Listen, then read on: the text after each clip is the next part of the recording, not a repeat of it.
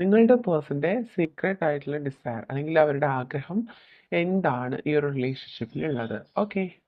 Hermit മോഡിലാണ് ഇപ്പോൾ നിങ്ങളുടെ person ഉള്ളത്. അതായത് ഒരുപാട് ഒറ്റപ്പെട്ട ഒരു ഫീലിംഗ് ആണ്. ഒരു ലോൺലിനെസ് ഫീൽ ഉള്ള ഒരു സമയമാണ് ഈ വ്യക്തിക്കുള്ളത്. മേ ബി നിങ്ങൾ നോ കോൺടാക്ട് സിറ്റുവേഷനിലായിരിക്കാം. അല്ലെങ്കിൽ നിങ്ങൾക്ക് കാണാൻ പറ്റാത്ത അത്രയും അകലങ്ങളിൽ അല്ലെങ്കിൽ ഒരു ലോങ് ഡിസ്റ്റൻസ് ആയിട്ടുള്ള ഒരു റിലേഷൻഷിപ്പ് ആയിരിക്കാം. മേ ബി നിങ്ങളുടെ ഈ ഒരു നോ കോൺടാക്ട് സിറ്റുവേഷൻ്റെ റീസൺ എന്ന് പറയുന്നത് ആ വ്യക്തിയുടെ ലൈഫ് ഒന്ന് സ്റ്റേബിൾ ആക്കണമായിരുന്നു. അതിന് വേണ്ടിയിട്ട് ആ വ്യക്തി നിങ്ങളെ അവഗണിച്ചിട്ടുണ്ടായിരിക്കാം. പക്ഷെ ആ വ്യക്തിക്ക് നിങ്ങളോടുള്ളത് ഒരുപാട് ആഴത്തിലുള്ളൊരു സ്നേഹമാണ്. ആ വ്യക്തി വളരെ സീക്രട്ടായിട്ട് ആ വ്യക്തിയുടെ മനസ്സിൽ നിങ്ങളോടുള്ള അഗാധമായിട്ടുള്ള സ്നേഹം സൂക്ഷിക്കുന്ന ഒരു വ്യക്തിയാണ്. ആ വ്യക്തി ഓവർഫ്ലോയിങ് എനർജിയാണ് ഇവിടെ കാണിക്കുന്നത്. അതുപോലെ തന്നെ ആ വ്യക്തി നിങ്ങളെ ഏതൊരു സമയത്തും നിങ്ങളെ ലൈഫ് പാർട്ട്ണർ ആക്കണം, അല്ലെങ്കിൽ നിങ്ങളെ അവരുടെ ജീവിതത്തിലേക്ക് കൊണ്ടുവരണമെന്ന് ആഗ്രഹിക്കുകയാണ്. അതുകൊണ്ട് തന്നെ നമുക്കിവിടെ ചാരിയറ്റ് കാർഡ് വന്നിട്ടുണ്ട്. മനസ്സുകൊണ്ട് ആ വ്യക്തി എപ്പോഴും നിങ്ങളുടെ അരികിലാണെന്നാണ് ഇവിടെ വ്യക്തമാവുന്നത്. സാഹചര്യങ്ങൾ കൊണ്ട് ആ വ്യക്തി പിന്നിലേക്ക് മാറിയതായിരിക്കാം. പക്ഷെ മനസ്സുകൊണ്ട് എപ്പോഴും നിങ്ങളോട് വളരെയധികം അടുത്താണ് ആ വ്യക്തി ഉള്ളത്.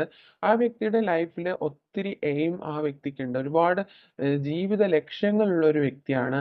അതുകൊണ്ട് തന്നെ ലൈഫ് ഒന്ന് സെറ്റിൽമെന്റ് ആയതിനു ശേഷം അവർ നിങ്ങളെ ലൈഫിലേക്ക് അക്സെപ്റ്റ് ചെയ്യണം എന്നുള്ളൊരു തീരുമാനം മേ ബി ആ വ്യക്തി എടുത്തിട്ടുണ്ടായിരിക്കണം. അൺകണ്ടീഷണൽ ആയിട്ടുള്ള ലവ് ആണ്. ഒരുപാട് കാര്യങ്ങൾ നിങ്ങളോട് ആ വ്യക്തി ഹൈഡ് ചെയ്തിരിക്കുകയാണ്. ആ വ്യക്തിയുടെ റിയൽ ലവ് എത്രത്തോളമാണ് നിങ്ങളോടുള്ളത് എന്ന് ആ വ്യക്തി നിങ്ങളോട് ഇതുവരെയും പൂർണ്ണമായും എക്സ്പ്രസ് ചെയ്തിട്ടില്ല എന്നാണ് ഈ ഒരു കാർഡ് വ്യക്തമാക്കുന്നത്. അതുപോലെ തന്നെ ഇവിടെ ഏസ് ഓഫ് പെന്റക്കിൾസ് ആണ് വന്നിട്ടുള്ളത്. അതുകൊണ്ട് ആ വ്യക്തിയുടെ ലൈഫിൽ ഉണ്ടായിരുന്ന ഫിനാൻഷ്യൽ ഇഷ്യൂസ് മാറി വരുന്നതായിട്ടും, അതുകൊണ്ട് തന്നെ നിങ്ങളുടെ റിലേഷൻഷിപ്പിൽ ഒരു ന്യൂ ബിഗിനിങ് വേണമെന്നും ആ വ്യക്തി ഇപ്പോൾ സീക്രട്ടായിട്ട് ആഗ്രഹിക്കുന്നുണ്ട്. അതിനു വേണ്ടിയിട്ടുള്ള ചിന്തകൾ എപ്പോഴും ആ വ്യക്തിയുടെ മനസ്സിലുള്ളതായിട്ടും ഇവിടെ വ്യക്തമാവുന്നുണ്ട്. ഓരോ സമയത്തും ആ വ്യക്തി ഈ ഒരു റിലേഷൻഷിപ്പിനെ കുറിച്ച് തിങ്ക് ചെയ്യുന്നുണ്ട്. അത് വളരെ പോസിറ്റീവായിട്ട് തന്നെ ഇവിടെ കാർഡ്സിലൂടെ നമുക്ക് വ്യക്തമാവുന്നുണ്ട്. മാസ്റ്റർ കാർഡ് നമുക്ക് കിട്ടിയിരിക്കുന്നത് 2 ഓഫ് വൺസ് ആണ്. എത്രമാത്രം ആ വ്യക്തി ഈ റിലേഷൻഷിപ്പിൽ കമ്മിറ്റഡ് ആണ് എന്നുള്ളത് ഒരിക്കലും നിങ്ങൾ മനസ്സിലാക്കിയിട്ടില്ല. അല്ലെങ്കിൽ ഈ ഒരു സമയത്ത് പോലും നിങ്ങൾക്ക് ആ വ്യക്തി എത്രമാത്രം നിങ്ങളെ സ്നേഹിക്കുന്നുണ്ട് എന്ന് ആ വ്യക്തി നിങ്ങൾ മനസ്സിലാക്കുന്നില്ല എന്നുള്ളൊരു സിറ്റുവേഷനാണ് ഇവിടെ കാണുന്നത്. ആ വ്യക്തി ഒരുപാട് നിങ്ങളിൽ നിന്നും എക്സ്പെക്റ്റ് ചെയ്യുന്നുണ്ട്. അതുപോലെ തന്നെ ആ വ്യക്തി വെയിറ്റ് ചെയ്യാണ്. ഒരു ഡിവൈൻ ടൈമിങ്ങിന് വേണ്ടിയിട്ട് ആ വ്യക്തി വെയിറ്റ് ചെയ്യുന്നതാണ്. ആ വ്യക്തിയുടെ ലൈഫിലുള്ള പ്രോബ്ലംസ് ആദ്യം ആ വ്യക്തി സോൾവ് ചെയ്യണം. ആ വ്യക്തിക്ക് അതിന് വേണ്ടിയിട്ട് കുറച്ച് സമയം ആ വ്യക്തി ആഗ്രഹിക്കുന്നുണ്ട്. പക്ഷെ ഈ റിലേഷൻഷിപ്പ് ഒരിക്കലും ആ വ്യക്തി വിട്ടുപോകാനുള്ള ചാൻസസ് ഇവിടെ കാണുന്നില്ല. Maybe no contact situation നിങ്ങളുടെ ലൈഫിൽ ഉണ്ടായിരിക്കാം.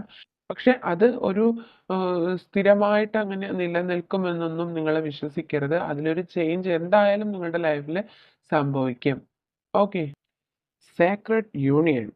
Honor the treasure your relationship for it is truly sacred. Yes. തീർച്ചയായിട്ടും നിങ്ങളുടെ റിലേഷൻഷിപ്പ് എന്ന് പറയുന്നത് വളരെ ട്രൂ ആയിട്ടുള്ള റിലേഷൻഷിപ്പാണ്. വളരെ സാക്രഡ് ആയിട്ടുള്ള റിലേഷൻഷിപ്പാണ്. അതുകൊണ്ട് നിങ്ങൾക്ക് കിട്ടിയ നിധിയാണ്. അല്ലെങ്കിൽ നിങ്ങൾക്ക് ഒരിക്കലും നിങ്ങൾ ഈ ഒരു റിലേഷൻഷിപ്പിനെ നിങ്ങൾ ട്രസ്റ്റ് ചെയ്യാതിരിക്കരുത്. നിങ്ങൾക്കൊരു സാക്രഡ് യൂണിയൻ പോസിബിൾ ആയിട്ടുള്ള ഒരു റിലേഷൻഷിപ്പാണ്. നിങ്ങളുടെ റിലേഷൻഷിപ്പിനെ നിങ്ങൾ ബഹുമാനിക്കുക, നിങ്ങൾ ട്രസ്റ്റ് ചെയ്യുക. ഓക്കെ. ഈ വ്യക്തി ഈ ഒരു സമയത്ത് വളരെ സീക്രട്ടായിട്ട് തിങ്ക് ചെയ്യുന്നത് ഉണ്ടായിട്ടുള്ള കോൺവെർസേഷൻസ്, അല്ലെങ്കിൽ ഫോൺ കോൾസ്, ചാറ്റ്സ്, അതുമല്ലെങ്കിൽ നിങ്ങളുടെ ഫോട്ടോസ്, ഇതെല്ലാം ഈ ഒരു സമയത്ത് വളരെ സീക്രട്ടായിട്ട് വാച്ച് ചെയ്യുന്നു.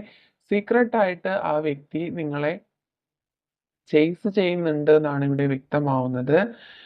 പക്ഷേ നോർമലി ഈ പേഴ്സൺ ഒരു ഈഗോയിസ്റ്റിക് ആയിട്ടുള്ള ഒരു പേഴ്സൺ ആണ്. ലൈഫിൽ ഒത്തിരി കാര്യങ്ങളിൽ ബിസി ആയിട്ടുള്ള ഒരു പേഴ്സൺ ആണ്. അതുകൊണ്ട് തന്നെ നിങ്ങളെക്കുറിച്ച് ചിന്തിക്കാനും നിങ്ങളോട് കമ്മിറ്റഡ് ആവാനും ഈ വ്യക്തി വളരെ കുറച്ച് സമയം മാത്രമേ കണ്ടെത്തുന്നുള്ളൂ. ആ വ്യക്തിയുടെ ലൈഫിൽ അത്രമാത്രം ആ വ്യക്തി ബിസിയാണ്. പക്ഷേ ചില സമയങ്ങളിൽ ആ വ്യക്തിക്ക് നിങ്ങളെ ഒരുപാട് മിസ് ചെയ്യുന്നുണ്ട്. ആ വ്യക്തിയുടെ ലൈഫിൽ ഒത്തിരി ചേഞ്ചസ് മേ ബി നിങ്ങൾക്ക് കൊണ്ടുവരാനായിട്ട് കഴിഞ്ഞിട്ടുണ്ടായിരിക്കണം. പക്ഷെ നിങ്ങൾ ഉദ്ദേശിക്കുന്ന അല്ലെങ്കിൽ നിങ്ങൾ എക്സ്പെക്റ്റ് ചെയ്ത അത്രയും സ്നേഹം, കമ്മിറ്റ്മെന്റ് ഒന്നും ഈ വ്യക്തി നിങ്ങൾക്ക് തന്നിട്ടില്ല.